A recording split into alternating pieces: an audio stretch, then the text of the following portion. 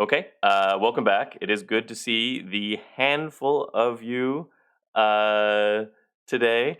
Um, Thanks everyone for submitting your project proposals. I would like to be able to provide feedback to all of the teams. Tonight would be my goal. So I'll take a look at that and put some time into um, providing feedback for the most part. And I did look at all of them. I just haven't really, you know, delve too deeply into what you wrote. I like provisionally they're all approved. So provisionally they're all perfectly fine. Um, I think the feedback all 8 teams will receive is good idea. Let's tighten up the rubric a little bit. There was a lot of and rubric design isn't something that we know how to do. It takes practice. You have to do it in different contexts to understand what makes a good versus a less effective rubric. But the vagueness is usually something you want to remove from a rubric because it's an assessment mechanism, and vagueness in assessment isn't good, right? We want to have precision and in our assessment mechanisms. Things like for one of the entries in your table, seeing words like fast performance is worth 50 points. Well, that's no good because it's not really clear what that means, right? Unless that was defined somewhere else and I have to refer back to in the document. But just looking at the rubric itself, if you said fast performance, that's not a good uh precise thing to have. What does it mean to be fast? Faster than something or specifically achieving this particular goal. I think it's okay if you put some precision in there in terms of numbers. Well, it shouldn't just be based on wild guesses. I understand that, and not wanting to make just completely wild guesses, but based on what seems and appears to be reasonable. And then it's okay if you put, well, we want 15 cycles of latency for this operation, and you realize in a couple weeks, well, it's actually 20 is probably our best bet. You're not going to get penalized or punished for making that kind of miscalculation early on. But if you just put fast performance, well, then we don't really know what that means. Or um, good demo was in a couple of, well, what I mean, I don't even necessarily, if you're putting functionality um, as your attributes, you really don't need to put hardly any points for demo because those are kind of combined, right? So if you have some functionality you're wanting to be able to show off, then that's baked into the demo that you're able to demo this functionality. That's how you're going to show to me and to the rest of the class because we're doing peer assessment here as well. That's how you're going to be able to show that you've actually achieved what you put for those attributes for that particular piece of functionality. So you'll get some feedback with regards to that where fix some of this because it's too vague. No one is going to be able to assess that in a fair and precise kind of manner. And then the second thing I want teams to look at specifically with the rubrics for your projects, and I will provide this all hopefully via Canvas feedback tonight, and then we can discuss in some downtime tomorrow during lab. Um, is really think about the project in terms of what the team is going to have to accomplish. Some did that, and some haven't gotten to that point yet. And I want you to get to that point very quickly. What are you going to have to actually accomplish? And it's going to, for most of these projects, look very similar to what we've been doing all semester, just to different degrees and different focus areas, right? There's going to be some system design, potentially. There's going to be some hardware design. I'm talking HDL at that point, right? There's going to be some driver work you would need to do. Presumably, not all will require, but quite a few I think are going to require driver work. And then there's going to be some software development, some OpenGL work to be able to demo what you are proposing for your project. So for almost all the project, there's some combination with different weighting of those four things. So when I say system design, part of that's like, Vivado wrangling, right? What am I adding to the system? Am I doing something different in terms of how the pipeline is going? If you have that, it's going to take time. It's going to require debugging. It's not going to be easy.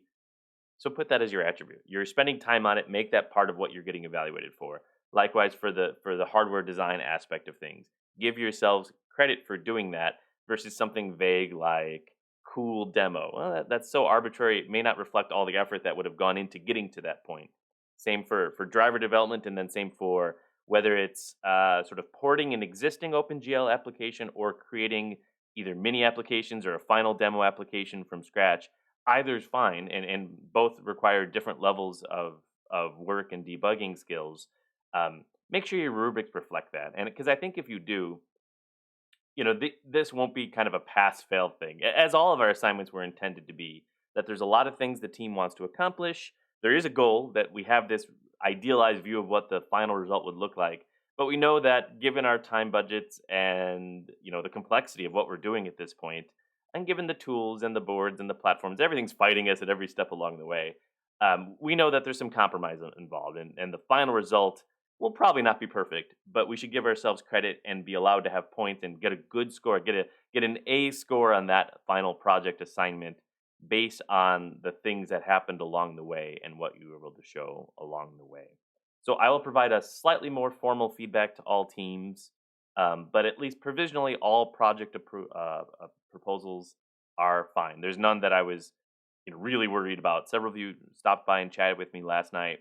Um, we can chat again in office hours, but I haven't looked at them more carefully since they were submitted late last night into the early morning hours. But then tomorrow in lab, we can also use that time uh, to to discuss. Just stop by, the main lab section while you're waiting for a Vivado build or whatnot, and we can chat about it tomorrow as well. And so in class on Thursday, I made it just a quick announcement. This Thursday will be just a project proposers day. I don't think it'll take the whole class time. I want these to be kind of quick and to the point. I do know that by the time you get into it in deep, you'll be able to talk for 45 minutes about your project, but I don't want you to do that.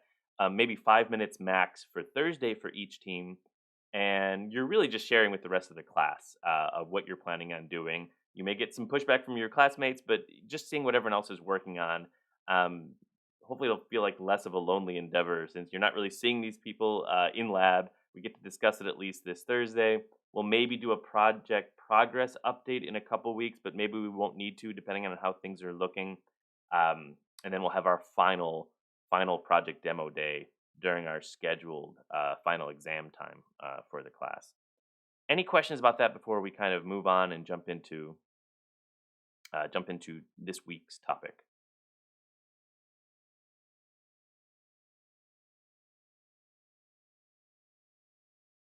So Micah asks, this is separate. What's it like on the other end teaching to a bunch of names with black backgrounds?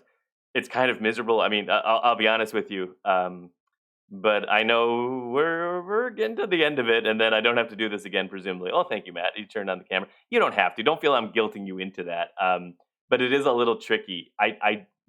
Without seeing faces, I never really know how it's going. I mean, some of in other classes in more regular times, some of the best days of a class would be I have a plan, here's what I want to cover. I get an interesting question 2 minutes in, or even just like a puzzled face, or you can tell they're bored, and we just switch gears to a completely different topic that wasn't planned. And maybe it's a little rough around the edges, but it's just a better experience for everyone involved. And that's right. So to be frank, it's kind of a miserable experience. I don't recommend this to everyone. And frankly, if I knew that engagement would be kind of tricky in this environment for a class of this size, I would have also considered just pre-recording everything, and then we would just have extended office hours and kind of extra group time during our scheduled class time. Because I don't know if it's an effective use of any of our time collectively to do this. Maybe because the material is sufficiently advanced and you don't need me to lecture to you about lighting models. You can go look it up yourself by and large. Um, but it doesn't feel like we've been using our time in class all that effectively when I know some of you are thinking about, well, what's my next homework assignment that's due? What's my next lab for this class that's due? Um, so I try to make it more enjoyable, but it is a little bit tricky. Um, I don't think I want to open up the Discord chat, maybe the audio channels, not the chat channels. People have been chatting in those channels under the assumption that other groups aren't seeing what they're writing. You should see what they write about, group one, for example, Matt. So I wouldn't want to open that up after the fact. Okay. Okay. Yeah. Audio we could open up. I don't see any harm in doing that. I thought less clutter would be advantageous because you don't see that. You don't see that when it's Monday night when MP something is due. Every single person is in their team's channels, and you're all it's everyone's working on it together. And yeah, I can see why you're maybe missing some of a little bit of that camaraderie that's part of the college experience. Okay, so thanks for that suggestion, and I do appreciate that. Let's actually start today with a brief in class exercise. I this would be an example of an exercise I don't expect you to complete, but just to think about a little bit. First off, this of I try to put some quotes. Some of them are more interesting than others. This is one of my favorite quotes relating to this material. Frankly, this could be the quote for the entire concept and topical area of graphics processing and architecture, and that's John Carmack. And if you don't know who that is, that's okay, but it's someone worth looking up offline. Um, that reflects a lot of what we do in computing in general. It's very clear and very obvious if you look at graphics programming as an endeavor, that there's those who are able to kind of push the envelope of what is possible, and others, who can build upon that. And both are very valuable engineers. Um, and not everyone needs to be a John Carmack to be very effective at graphics programming. Um, but I think that also reflects a little bit of this topic as well. That it is all about what can be done with existing hardware, what does current generation hardware allow us to do, and sort of the trade-offs that have been managed over time. What is something that people who were only exceptionally clever able to do 15 years ago that now anyone who follows an online tutorial can do very easily with modern software platforms and hardware architectures. So today is about texturing and lighting, and I actually wanted to cover lighting first. So maybe it should be called lighting and texturing and not texturing and lighting. So I don't think we need to break into teams, but to start things off today, the exercise I had for you is think about what it would require given our existing in class OpenGL knowledge base. If you've been doing graphics programming for 2 decades, you have a different knowledge base. That's okay. If you're John Carmack, he laughs at this sort of example. But given the 480 experience to date, I think that's what I'm getting at by this. When I say our existing background in OpenGL, just pick an example of a 3D sphere, like an orange or a tennis ball or a planet, just a sphere in general, and think about what it would take to render a sphere. We've been talking about triangles. What does it take to use triangles or other geometric shapes, and to create a sphere using what we know about vertices? And think of it not in terms of vertex shading, but just in terms of uh, specifying the geometry of a sphere. There's many different ways one can go about doing it. You can use Cartesian coordinates and figure out using simple math what would z need to be given a xy location. Generally, in the more common approach you see for modeling a sphere would be to use so-called spherical coordinates. Just assume those as your starting point, and you would iterate through spherical space here, your phi and your theta, or your u and your v here, and generating what x, y, and z would be given a u and v in that spherical coordinate space. Take a couple minutes and think about what that would require. What would your code start to look like? How would you actually generate triangles based on just a mathematical representation of an object? And take just about a minute and think about what that would require. Write down a note or two, and I'll show you a code example of what that may look like in practice.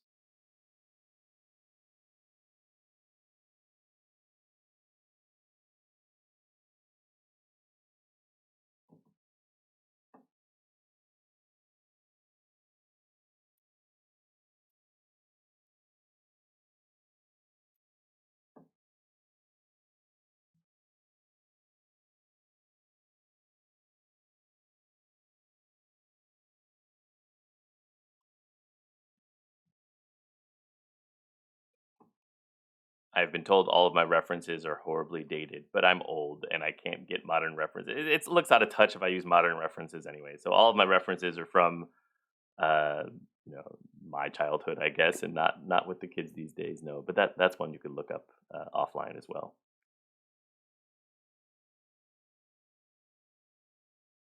So that's two research projects for today. Look up who John Carmack is. Many of you may know from more modern endeavors, and look up what Happy Fun Ball is, and then we can talk about our sphere here.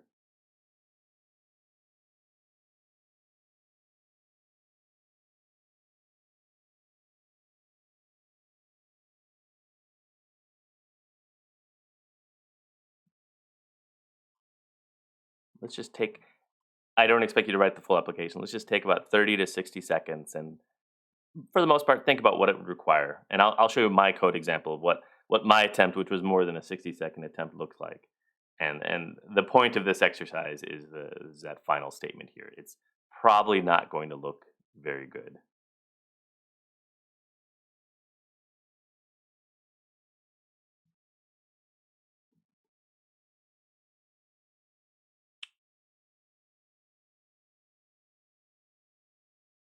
So all good points in the chat there. So Matt's point is what we'll show here in a moment. It's going to look awful for reasons that the cube looked awful, but not just because of lack of depth that we had in MP3, but for other reasons we'll see here. And Josh, your suggestion for what the code would look like is exactly my approach that I'll show you here in a moment. Just maybe a doubly nested for loop that iterates through the U and V space by some amount and builds some sort of triangle strip based on it. There's a lot of approaches to doing spheres. There's kind of standard sphere models one can just kind of load as well. But that approach is a pretty common one. Let me show you the code of what that looks like in practice. This is fixed function OpenGL, which I still prefer using if I'm starting from scratch, because it for me still the code is cleaner than looking at everything as a vertex array object. So yeah, so you do see that where you'll have some sort of triangle strip kind of going around the sphere, and then as you have those angles towards the top and the bottom, oftentimes there's a single fan at the very top and the very bottom of it, because that just leads to kind of a cleaner look when the angles get extremely small near the top and the bottom. But yeah, some sort of iterator that calculates uh, those angles. It was U and V in the example provided there, but it's in this case theta and phi, and just basically following that exact spherical coordinates and creating a strip out of it. And that's exactly what this code is doing. So starting with some initialization for it, update your phi value, update your theta value as you go through the loop. And what you get back out, as I will show you here, is something that should not look very good. Why is he telling us to do code that doesn't look very good? Well, there's a reason for it. So in this case, can everyone see that okay? Reasonably well. I have it turned on by default. This is old school code. I have it turned out by default where the sphere just has the what's it called? It's not filled. It's just the line render versus the filled render. But I have a little keyboard control that I have to look up here since I haven't looked at it in a while. If I press the F2 key, yeah, the wireframe mode. So it's just not fill mode is turned off. If I now fill that sphere, and this was the point that Matt was getting at, and I'm good. That is the point of this. This is why we care about this topic. That this is actually, if I go back to the wireframe view of it, I believe with another keyboard button, I can decrease the number of points and just redraw it with more or fewer points. So it's not an issue of there not being enough points. I mean, eventually, if you get to too few points, it's not going to look good. But for a decent number of points, I would describe that as for a sphere. How many is enough? It's hard to say. Um, uh, but when I fill it, and actually see what it looks like when rasterized, when using our conventional approach to drawing or filling our triangles, uh, it doesn't look three-dimensional, right? It looks entirely two-dimensional. In fact, it's hard to say, was this a sphere at all, or was this just a single flat circle that was being rendered? So all of our approaches to date really struggle with that fundamental issue of we have all this three-dimensional geometry, and we have all these approaches now using our vertex shaders to be able to transform that geometry to change where the camera is located and to provide different angles and views of that camera. But somewhere here I have a keystroke that allows it to rotate. That's F1 here. I can apply all that geometry. Let me turn the yeah. So I can do all that geometry still. But again, that wireframe mode or that line draw mode shows that it's actually rotating here. If I go back and I fill it again, it is still rotating. maybe you can see some anti-aliasing on the edges as it's rotating, but generally you can't, right? It doesn't even look like it's rotating because of the very flatness of it. Because why do things look three dimensional? Right? They look three dimensional to us, not just because of the depth of view, but because of how our eyes perceive the different textures of an object, how light reflects off, how it gets absorbed by the object, why it's partially blue in some places, but lighter blue in others, and maybe darker blue in others. Um, that is why things tend to look very three dimensional. So one of our other keyboard buttons here would be to actually light the sphere. That's F3 here. And now we have something that looks a little bit better. We can stop the spinning briefly here, and it still looks a little flat. One of the buttons was to do flat versus interpolated shading. So if I just increase my geometry count there, again, I don't know how well you can see this. You can look at the video offline if you're not seeing it in super high resolution right now. Um, Now, I would argue that it looks like a sphere. More so. It looks like a very, very shiny metal sphere, at least. If you wanted to draw an orange, as was one of the examples, you have to play with a lot of the parameters somewhat, but you could get something that looks more approximately close to any three dimensional sphere you are interested in with the right lighting model. But that's the only difference. By changing that setting here, the only thing that's different between this and this, or another way to phrase this, the geometry of both those two frames is exactly the same. The vertex data provided as input to our shader is exactly the same between these two examples.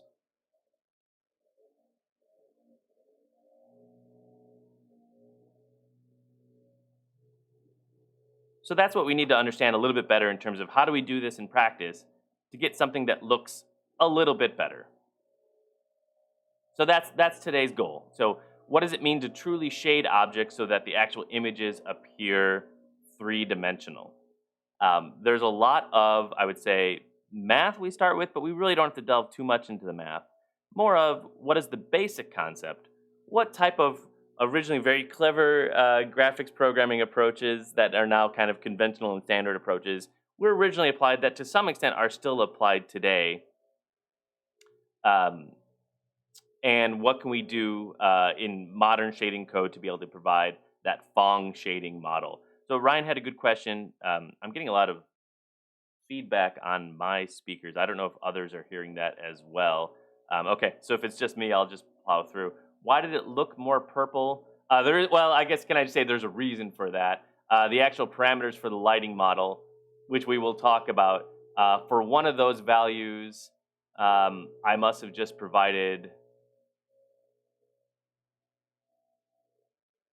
Yeah, the diffuse, it's actually just a little bit extra blue on top of the blue, I guess. It's just providing it blue with some additional brighter shades of gray on top of it, gave you kind of a purplish kind of view. We could have made that sphere with a lighting model look to be any color. So this is going to represent a fundamentally different way we think about color in terms of our OpenGL applications and our interface to the hardware.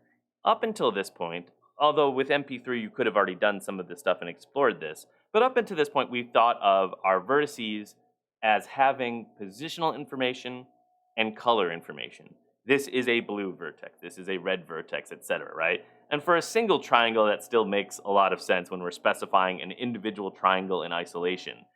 But now as we think about lighting, as our fundamental goal of shading, of getting things to look three-dimensional with proper lighting associated with them, now we think of our specification for those vertices as not being, here's what the color of it should be. It is, what are the other attributes of this geometry such that when we apply a lighting model, we get something that looks reasonably effective. And that is the basis of the Phong shading model. In some sense, it is a very successful software hack. That's one way to think about this Phong shading model we're talking about. And there's been many follow-on approaches to try to improve upon the realism of it. If you look at the initial approach that is still very much in use today, the philosophy was, can I get something given what modern hardware can support or what could be done in the software of the day that looks good enough, that looks sufficiently realistic, that doesn't aim for mathematical accuracy? And there's a whole other branch of lighting that deals with more physically based rendering? Can I think about the physics of how light gets transported across a scene? This is more of, given my understanding of that, how can I cobble something together that looks reasonably good? And we'll talk about the math involved in doing that at its most basic level and what our shaders would look like to implement that in practice today. So there we go, right? So that'd be one thing. That's basically what we showed here. We wanted to build a sphere using many polygons, and we have a constant. We wanted to render a blue sphere. We wind up getting something like that versus something that has some more gradient, right? Some more uh, visible depth to the three-dimensional nature of it that shows things maybe closer to us as the viewer, appearing a slightly different shade than things that are further away from us, depending on the lighting associated with what else is in the scene with this spherical object here. So why does it generally look more like that? Why does it generally look like that? I think I've covered this. It's because of the lighting model, right? So for whatever reason, well, not for whatever reason, but the fundamental physics of it is that there's the sphere is something meant to represent something in a real world scenario, right? So it's an object that has some sort of material property to it. Is it a metallic sphere, like the example? Is it something made out of rubber? Is it a natural? Is it an orange? Something that has some more subtle texture to it than just a true sphere. So there's actual material properties of that sphere that we would have to take into account. There's also some lighting associated with it. The truth of the matter is, if we want to think about a scene that we are rendering, and if we don't think about lighting, well, think about this, right? You have this sphere. Think of your orange, or think of, I guess this is more of like a racquetball that you have in your hand, and you're in a room that has absolutely zero light in it. You have the shades drawn, or you're locked in a closet somewhere, and there's no lighting at all. Well, to you as the viewer, what does that sphere look like? In that case, it doesn't look like anything at all, right? It would look black. There'd be no vision of it whatsoever. If you have no light, entering your retina, you wouldn't be able to see a three-dimensional object. You would see nothing at all. So not only do we have to think about, well, what is the actual material properties of this particular object, which is a much different way of thinking about our vertices than thinking about just red versus blue versus green vertex. We also think about what is the lighting in this scene that we are drawing here.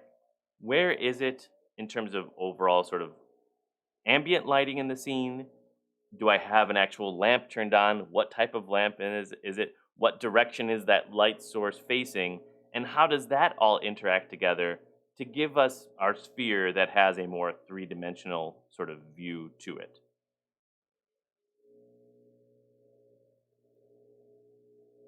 At least right now, I'm not going to get into the sort of depth of the rendering equation. I have it left as sort of our final topic here. There was a suggestion posted, and I appreciate the suggestion that we should have a completely separate class that deals with physically based rendering. Um, it could also cover some of the hardware aspects of it as well. Uh, I think that's a great idea for a class. It would probably have to have this class as a prerequisite, I think, to really appreciate what more physically based rendering is doing. I think you also have to appreciate what is the basics of it in the first place. Um, it's an idea. I may not be the right person to teach that class, but I think that would be a very fun class to have. I'm going to try to leave it as our final topic this semester, looking at some of those issues. It could easily fill up an entire semester. But in general, even if we're not truly trying to model all of the interactions of light in a scene, we have to understand the very basics. And the Phong shading model does take these very basics into account, right? So we have our scene that we are interested in, which is composed of some amount of geometry and position relative to each other and to us, the viewer, our camera or our eye in the scene here. And we have some light. We have a light source because if we had no light, as I mentioned, it would be completely black. You wouldn't be rendering anything. So we have some light in the scene, and what's happening, right? We have light and we have rays of light, and it's striking the object. There's an intersection between a source of light and that ray of light and the actual object. What happens when it strikes that object? Some of that light is going to be absorbed. Some of that light is going to be scattered. Some of that scattered light actually gets reflected off and casts its own rays elsewhere. Light source, strikes our object here. Some of that gets directly absorbed, some of that scatters. Some of those light rays then get absorbed by B. Some of that then gets scattered.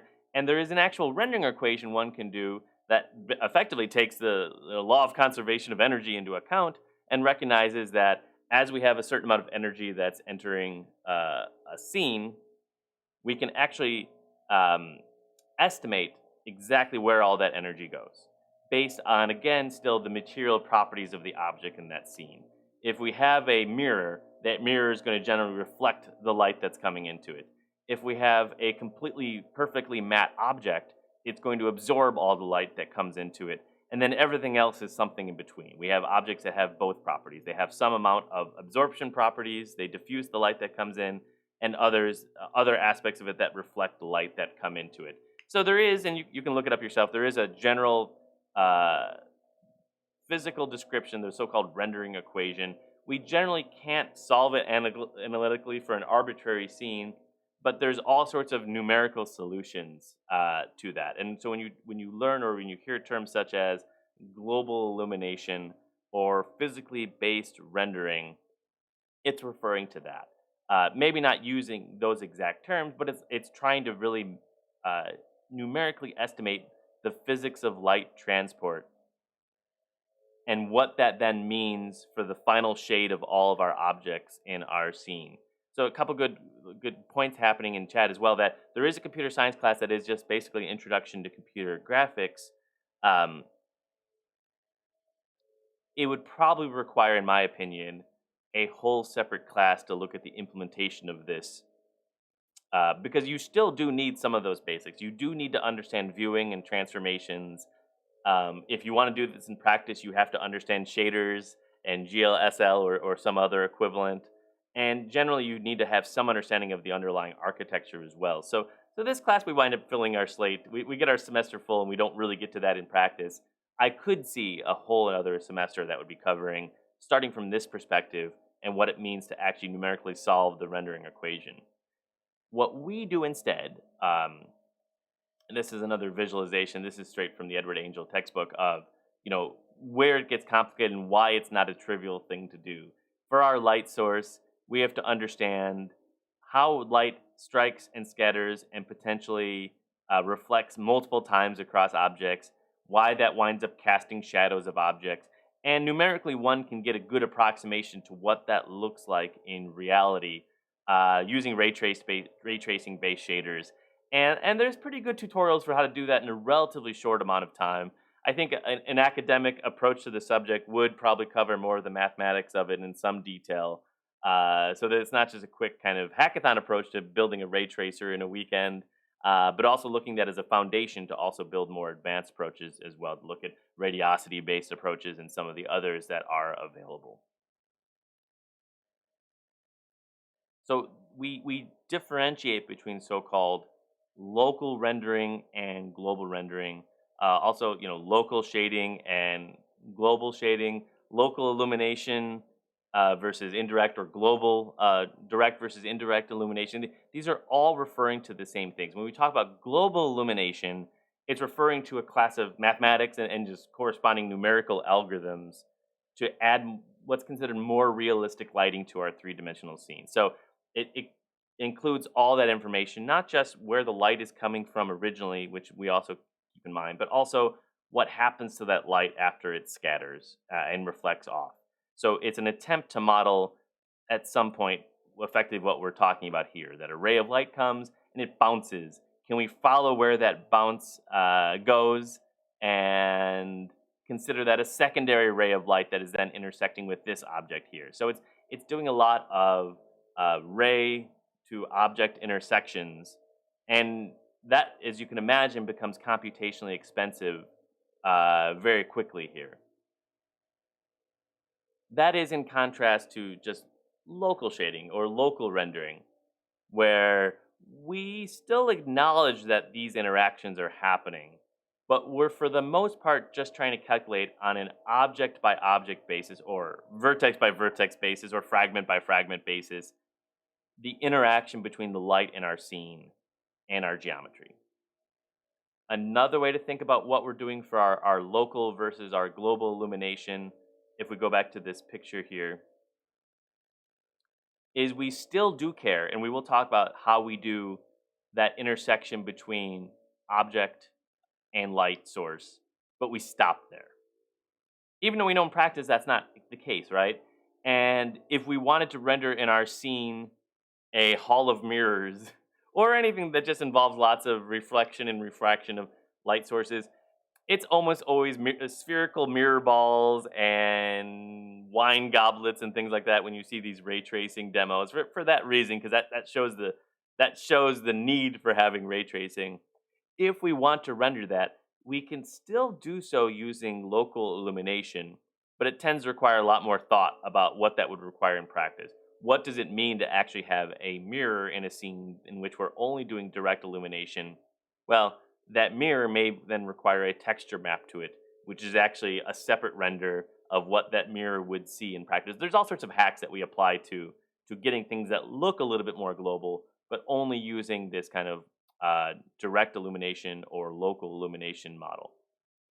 We can do lots of things for shadows as well, right? We can assume that as part of an object, there's a defined shadow that we consider as a secondary object. It wouldn't be global. It wouldn't be generally, for an arbitrary case, mathematically correct.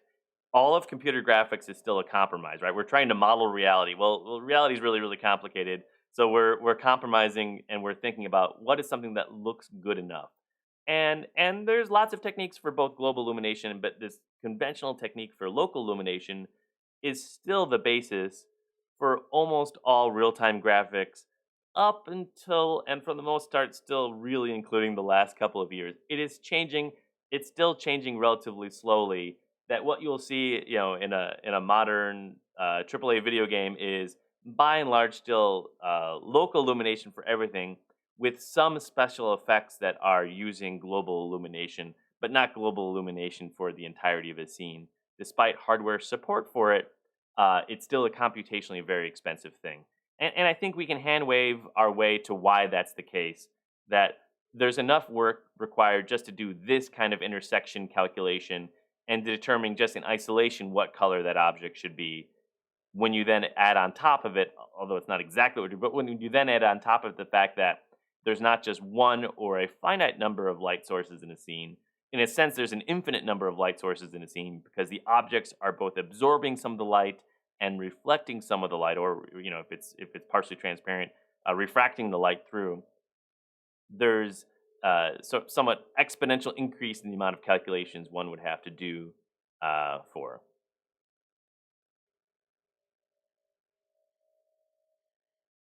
So I don't think we actually talk about it, maybe very briefly, Matt, but the local illumination approach to doing shadows is to have shadow maps. So you would recognize that for a given object, it would cast a particular sized shadow, and you could create a texture based on the current object, and that would be the shadow that you would then add. So I think we've got this, but let me just make sure that we're on the same page with regards to that. Why is that cylinder green?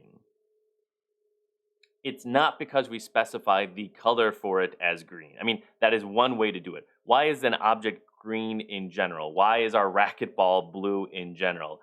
It has to do ultimately with the material properties of that object. That there's light, and we can model it as white light, but of course, as you know, you can have lights of all sorts of different colors. In real scenes, we tend to have various shades of white lights. Nothing annoys me more than when I go to the store today and I wind up getting light bulbs that are different shades, and now I have half yellow, half white lights. I've never quite figured out how to get the exact right colors of lights, but they're generally some flavor of white or yellowish type of light. So that light is going to strike the object, and some of that light is going to get absorbed, right? That is definitely part of what we are doing here. And the type of light that gets absorbed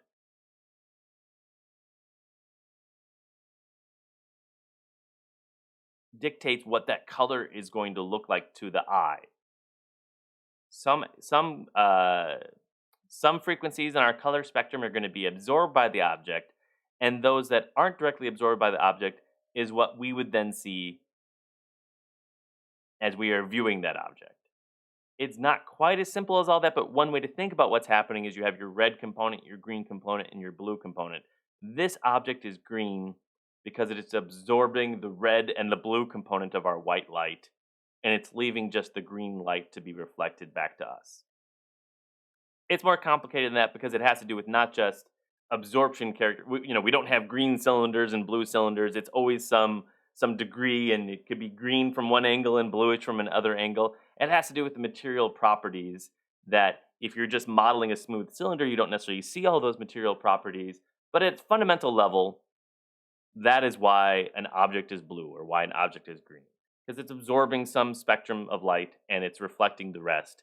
And what is left for us, given a white starting point of light coming in, is what we wind up seeing that object as being.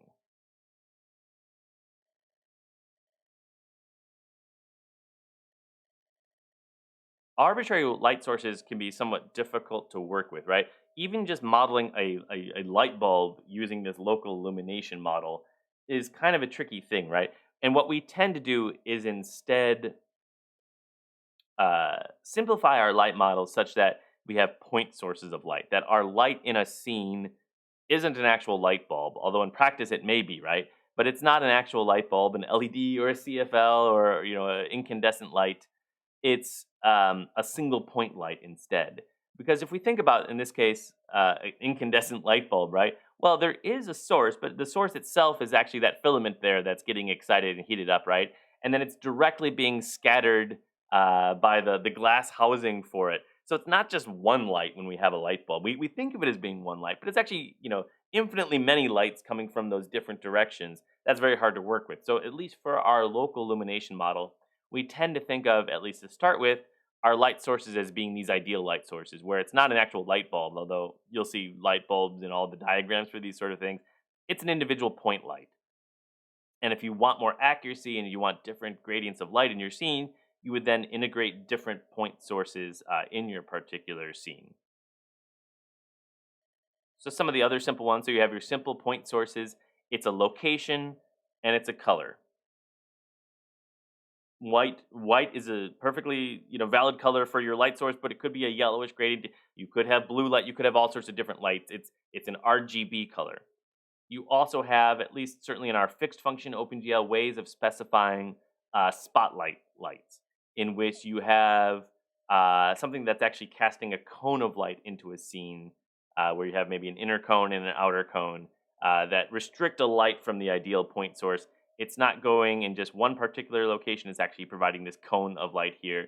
And then, also importantly, and oftentimes a very good starting spot, you have some amount of ambient light. Now, we know in reality, ambient light is just a simplifying model, right?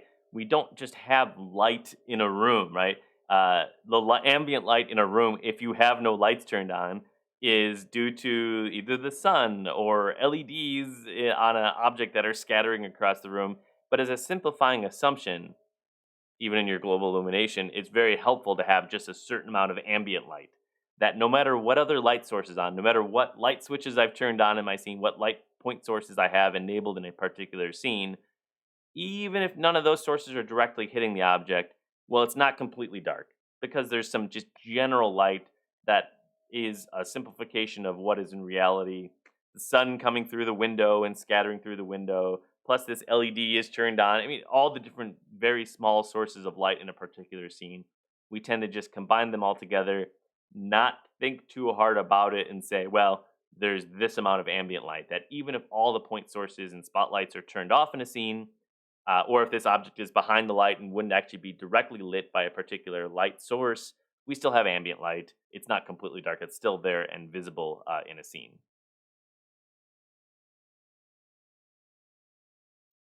So I've talked a little bit about surface material properties, but we will talk about this in a little bit more detail because for this Phong lighting model, um, the type of material becomes fundamental. That again, we're transforming our thinking a little bit with regards to this. That we were thinking of our objects as being red, green, or blue, and we could still, to some extent, think in those terms. But when we're specifying our objects now, we actually are specifying them as a material. It's no longer what color is this triangle. It's what is this triangle made of. You can still get back to a red triangle either way, but it is a different way of specifying that object. So we do have to think about, for example, how smooth is that surface? When light intersects with our object, our triangle, don't overthink it, how much of that light is going to get reflected off and how much of it is just going to get scattered? If you have an extremely rough surface, think, I guess, unfinished versus finished wood. If you're thinking, if that term makes sense to you, you have your unfinished wood. It's an extremely rough surface. Light strikes it. It's going to just scatter that light everywhere. Kind of gives a uniform color to it. Versus you then apply a lot of varnish or gloss to that wood. Well, what are you really doing when you do that? Um, you think of it as you're applying this like glossy finish. What you're really doing is you're smoothing the wood down, right?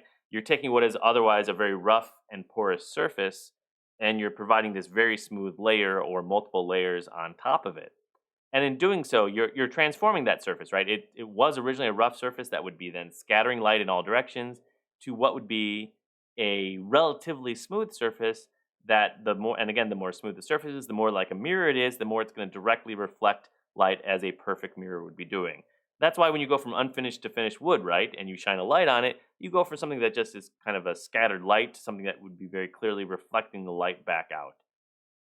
That's about as far as my woodworking knowledge goes. But that's one way to think about our surface types and our material types here. It's no longer a red triangle or a blue triangle.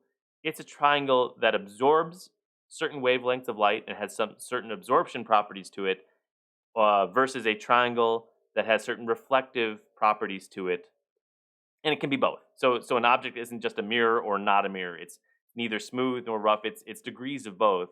And this Phong shading model is effectively trying to take those three considerations into account. I'll go into the depth of this in just a moment here, but again, it's not either or.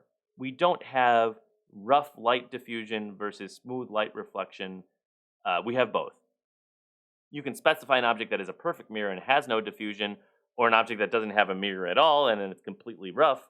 Either is fine, but you can also specify it as some degree of both. Then on top of that, we then have whatever ambient light is in the scene. So what color is this triangle? The answer to that question to us now as we apply a lighting model is it's a combination of three colors. The color of the triangle is based on whatever ambient light is in the scene. And if I only had ambient light and that light was green, it would be a green triangle. If it was white, it would just be a white triangle. Plus, whatever distinct light sources we have and how those interact with the object, to some extent, it's going to scatter the light, and to some extent, it's going to reflect the light. Given those three considerations, that is the crux of our Phong shading model. So the color of the triangle is now based on those three different ways of it interacting with the light in a particular scene.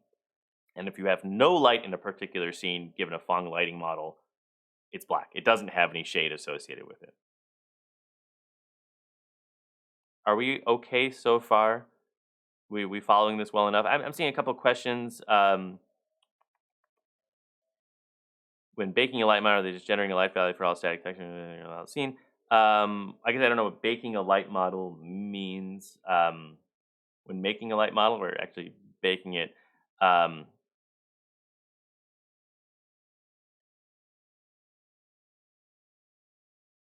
Well, and there's lots of good articles from the Disney and the Pixar folks with regards to how do they model more advanced phenomena. We're going to cover the basics to begin with, but this basics is all I worry that you have so far. Otherwise, the rest of this math, which I'll go over pretty quickly, will be kind of garbage in, garbage out for us. This is the summary of what I was talking about. So we have the so-called Phong model. That's another person it would be good to research as your third research topic today. Who Buitong Phong was and his contributions to computer graphics. But the approach of the Phong shading model was to have something that was capable in the software systems and ultimately later the hardware of the time to get something that, while not physically correct from an analytical solution to the global illumination equation perspective, is going to give you a result that would allow you to do, as hardware would advance, more and more realistic looking scenes in our renders. Its goal was simplicity, and our goal in this class is always simplicity. Can we implement a relatively simple way of doing lighting that gives us relatively good performance as well? And it has those three light components. So for our point or for our triangle, There's those three components of the light. There's how much ambient light is lighting the object, there's how much is getting diffused or scattered by the object itself, and there's how much is getting reflected back out. How much is that so-called specular component of it. And it requires a little bit more of the vector math than we've had to use so far. We now have to know a couple things to be able to calculate this, and I'll talk about them as we go. We've already had to worry about the vector to our viewer. Where is the position of our viewer relative to relative to the object itself? We already have to take that into consideration when doing our viewing and transformations. We now have to worry about a position to the actual source of light. And it's not just one, it would have to be done for every source of light in a particular scene. And then in doing those interactions, we also need to know what the surface normal is for our particular object. And we've left that as one of our attributes that we know we need to care about with regards to doing lighting calculations, and that's what it's going to be used for. It's to allow us to understand for that specular component, when we're actually going to reflect things back off, how do we know how this object should reflect things back off? We need to know what orientation that object has. That's what our surface normal is used for. So I understand your point now, Ryan, and that's always an allowable hack, right? Anything that can be calculated offline can then get so-called baked into a texture, right, and then applied dynamically. The trade-off is, how much one can expect the scene to change dynamically, and whether you can keep up, whether you can generate textures fast enough to be able to apply a static lighting model and get good results. It really does depend, but that's why you do see things that even are using a local illumination model get very impressive effects. There's lots of, you can call them hacks or you can just call them innovative ways of using multi-texturing to get things that, while not truly being globally illuminated, look pretty good from our perspective. And that's the goal, right? To get something that's an approximation of some sort of reality in a scene with the trade offs involved of performance of the render. So I just talked about this, what a surface normal is. That's it defines the orientation of our object. So ultimately, it's going to tell us how an object reflects light around a particular vertex or later a fragment. So you can think of it as being for that vertex or for that primitive. If you think of that as being like a small mirror, that normal then describes how that orientation is there. So how light is going to be reflected off that um, particular object. And we wind up doing a lot of intersection tests, orientation tests, basically dot products between light vectors, viewing vectors, and these surface normals.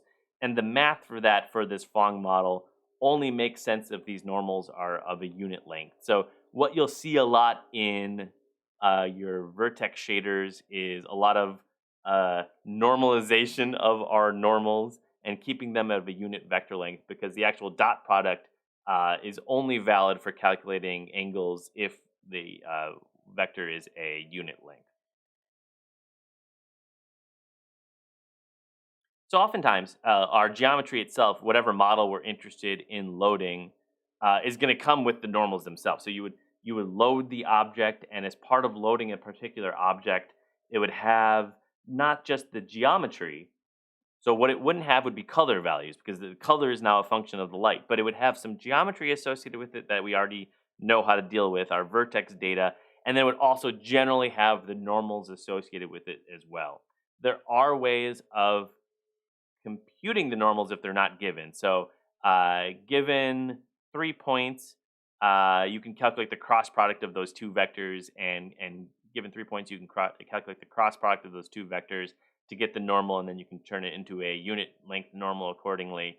You would have to do that for every object in your model, every primitive in your model, but that would work.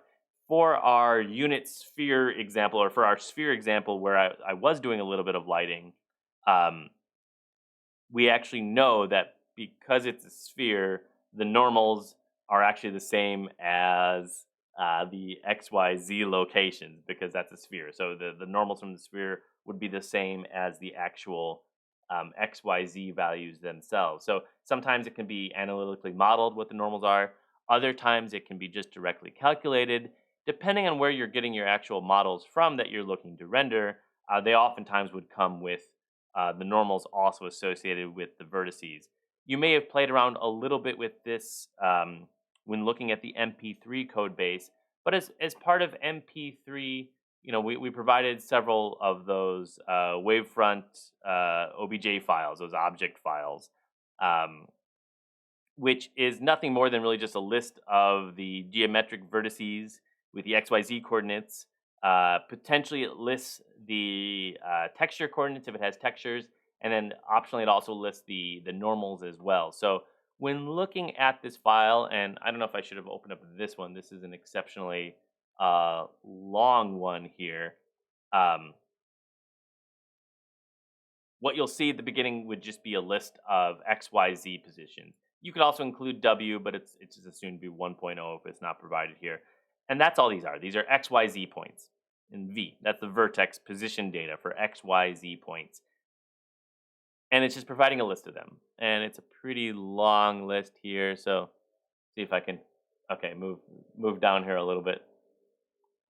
I said this model would stress test your vertex, your rasterizer, and I think for many teams it did. And then separately, providing a list of normals as well. So these are all of unit length. You could probably check that for yourself. But the actual normals. So for the faces of this object, for the triangles that comprise this object, here are where the vertices are going to be based out of. That array of XYZ values, we're going to pick and choose them, and that's going to be our vertices for our triangle strip or our mesh here. We also have a list of normals. You would potentially also have a list of texture coordinates, which we just don't have for this particular model. So there's generally going to be a roughly equivalent number of vertices and vertex normals. And then the actual object itself down here is where we'd actually be describing what are the actual triangles that make up this. In this case, it's just a single shape, but make up this object here for our model of a seal. And this is a way of representing kind of the indexing into that previous data. So we would have our first triangle would be a triangle in which we take that first vertex in the array, the very first one defined in the file, the third one, then followed by the fourth one. The next triangle would be first vertex XYZ, or a fourth vertex XYZ, fifth vertex XYZ, and sixth vertex XYZ. It'd be indexing into that large array of values. Now, we aren't supporting in our hardware infrastructure in class indexed arrays. It would have been nice if we did, but we just have just the raw arrays supported. But you can easily translate from one version to the other. There's not a lot of repetition of data here, so having an indexed array isn't really saving us all that much space anyway. So there's not a huge performance difference for a model as generated by Blender like this. And it's specifying potentially, so it's 3 parameters, not just one. So positional data, in this case, a blank space or a null for texture coordinate, and then which index corresponds to our normal for that object. So in general, you'll see this. When you're loading a model, you have something in your scene you're wanting to render, it's going to be found in a format, not exactly necessarily this format. This is a pretty common format that you'll see models provided in, which will have position data, texture and texture coordinate, and then normal information. And with those 3 things, you can calculate where an object should be in my scene, so that we still need the positional data, of course. The normal helps us calculate what shade it should be, and then optionally, the texture coordinate would be what texture should we apply to that particular triangle as part of our larger object. So loading these files, simplicity is also the goal. Is that you can do it in just, I don't know, 10 lines of code if you wanted to. It's a relatively straightforward thing to load these files. I already have some functions for you to load those files. And you should be able to play around with those and see, here's the normal data, here's what it looks like in practice. Our infrastructure allows you to pass those as part of your vertex attributes down the pipeline for doing our lighting calculation here. So we have the 3 parameters of our Phong shading model.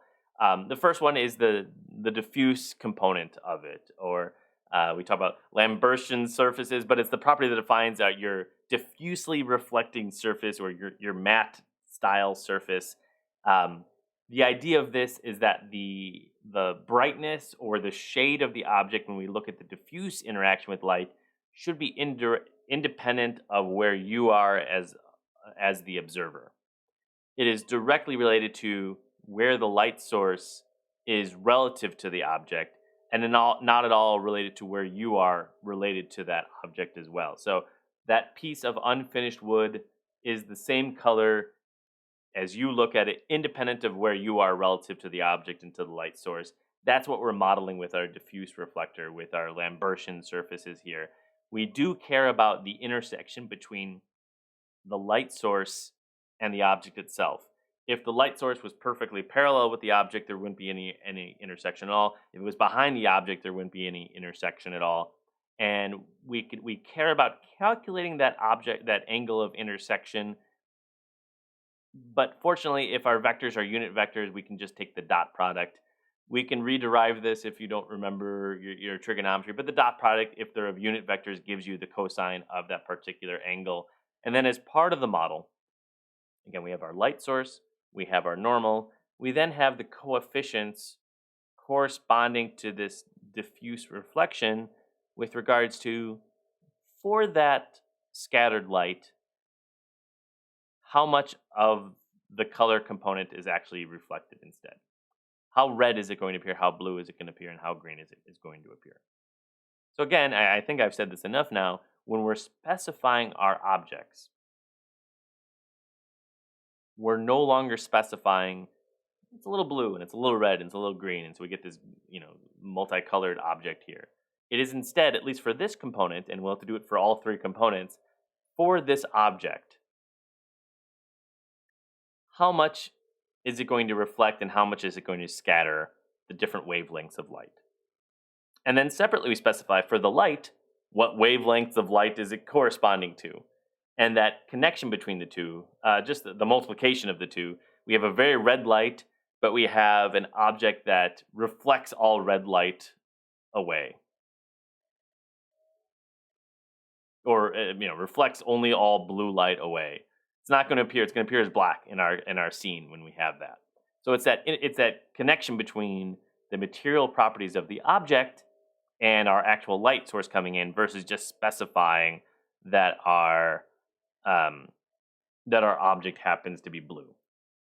You can still get an object that's blue back out. So you don't have to necessarily overthink it, but it's just the connection between now material properties and light properties. And then also now, as we look at, for example, the diffuse component of the light, we care specifically about how much of that light is actually going to get reflected versus scattered. And that's using, it's called Lambertian reflection because it has to do with Lambert's cosine law. We can take the dot product. So if our light source is hitting our piece of unfinished wood directly where we have the surface normal, we'll get a full amount of light coming back off. If it's coming at a partial angle, we'll get a partial amount of light coming back out. And then if it actually is perpendicular or behind the object's normal, we won't get any light coming back off. And that's our cosine law of, given the angle between the two, our light source and our surface normal will tell us how much of intensity of light is getting reflected back out. That is for the light object interaction. There's no viewer taken into account for this. That piece of unfinished wood is the same color independent of where we're looking at it from. We're not seeing any kind of shiny parts or some partially reflective parts of it. It is whatever color it's corresponding to based on just the material properties of that wood and the properties of whatever light is hitting it. That's the first component of our light intensity calculation. So most objects tend to neither be perfect mirrors or perfect diffusers. So smooth surfaces tend to show some amount of reflection. So to the extent it shows a certain amount of reflection, really again still depends on the material properties of it. But you do tend to have some of that light being reflected in directions that are concentrated to a certain direction of a perfect reflection. That's so-called specular highlight. Our blue sphere to start this class out today had that specular highlight. We could have changed how wide or how narrow that specular highlight would be based on, again, the material properties of that particular object. But objects with a light source shining at them tend to, have some aspect of reflection that you can see, at least some sort of highlight of the light. And this was the fundamental contribution of the Fung shading model, is to propose a term that would drop off relatively rapidly as the angle between the light source and where that reflection of the light and the viewer would increase. We have light from a light source coming in, striking the object. There'd be a perfect reflection. Or one could calculate that actual reflection. Somebody asked last week, why is there a reflect operator in OpenGL SL that seems oddly specific? Well, it is oddly specific. We specifically, oddly enough, want to calculate how light reflects off objects. It's exactly what that operator does. Given an angle in and an intersection, what is my perfect reflection angle back out? The specular highlight, or the specular component of our lighting model, says, given that perfect reflector, what is the angle between that and us, the viewer of our scene, the camera or the eye, the human viewer of a particular scene? Given that angle, the Fong model proposes using a term that drops off exponentially with the cosine of that angle. If we are very close to the perfect reflection of the light, we should see that light reflecting off. If we're not at all close to that angle, we shouldn't see that shininess, that specular component of the light. So given an incoming light source and now a separate set of coefficients for how much gets absorbed and how much gets reflected, and then one additional coefficient, this is a material property still, of how much we raise that angle to an exponential power, we get to determine how precise, how thin, how wide that specular coefficient, that highlight, would be for that aspect of the lighting model.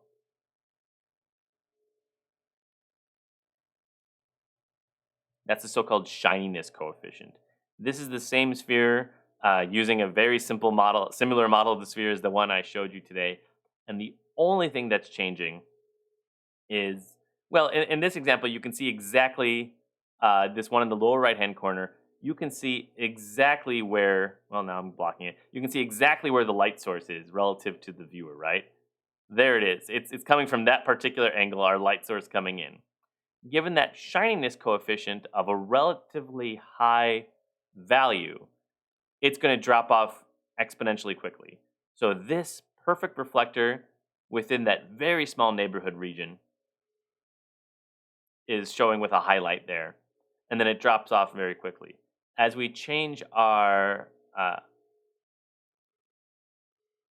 alpha value to be smaller and smaller, well, we're still getting that specular highlight. It does look like that, but it's actually not. So in this case, it could be one way you could model it potentially. But in a light source getting closer and closer would, well, for these kind of light sources, it doesn't matter, right? We care about the angle of the light, not the relative location of the light. But it is kind of modeling something comparable to that, right? In this case, it's based on the material properties, and we're modeling how metallic is this object, or how mirror-like is this particular object, to the extent where eventually, with a smaller and smaller value for our alpha shininess coefficient here, it's still a specular highlight. It almost looks like it's casting a shadow here, right? We do get this specular highlight, but it's much less pronounced. It's almost the entirety of the object is now that specular highlight. I kind of agree. It does give that effect. Nowhere here are we calculating the actual distance of the light source, for the reason I kind of mentioned briefly here, that we model, in this case, ideal point sources of light, because actual light bulbs are very complicated. In terms of where the light is actually coming from, it's not just one location, it's many, many locations, and the distance calculations would get quite complicated here. But it does kind of, I can see why, I absolutely agree. It does kind of give a visual effect of a light source getting closer and closer. And that's one way to think about it, but it's really just how much of a highlight, how much are we directly reflecting that light, and how much we're adding that to the overall lighting equation here. It's not the only component of the lighting equation, and I think you can see that because even outside of that highlight, where this drops away exponentially and goes to zero very quickly, the object isn't completely black, right? I don't know how well you can see that on your screen, but it still has some color associated with it.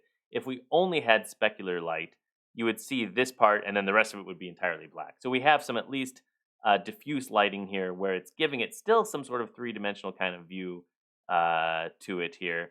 Um, without having just that highlight as part of it.